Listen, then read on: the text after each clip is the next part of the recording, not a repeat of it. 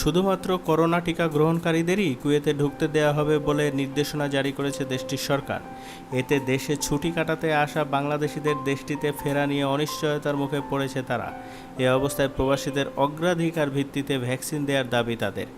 Corona মহামারী মোকাবেলায় শুরু থেকেই কঠোর অবস্থানে রয়েছে কুয়েত। স্থানীয় নাগরিক সহ দেশটিতে বসবাসরত বিভিন্ন দেশের অভিবাসীদের সুরক্ষায় নেওয়া হয়েছে বিভিন্ন রাজকীয় পদক্ষেপ। করোনা প্রতিরোধে এবার নতুন নির্দেশনা জারি করেছে কুয়েত সরকার। টিকা গ্রহণকারীদেরই কেবলমাত্র ঢুকতে দেওয়া হবে কুয়েতে। এছাড়া যারা এখনও ভ্যাকসিন নেননি তারা সেপ্টেম্বরের পর থেকে ইকামা নবায়ন করা হবে না বলেও সাফ জানিয়ে দিয়েছে কুয়েত সরকার। এতে চরম বিপাকে পড়েছেন প্রবাসী বাংলাদেশিরা।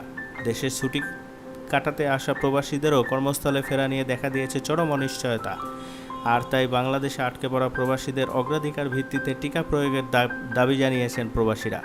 প্রবাসী বাংলাদেশিরা জানান, দেশে গিয়ে যে সমস্ত ভাই বোনেরা আটকে পড়েছেন তাদেরকে অগ্রাধিকার ভিত্তিতে টিকা দেওয়ার ব্যবস্থার অনুরোধ জানাই আমাদের সরকারকে, যেন তারা এ দেশে দ্রুতই ফিরতে পারেন। কুয়েতে এ পর্যন্ত 20 লাখ মানুষকে বিনামূল্যে ভ্যাকসিন দেওয়া হয়েছে, যার মধ্যে বিপুল সংখ্যক প্রবাসী বাংলাদেশি রয়েছেন।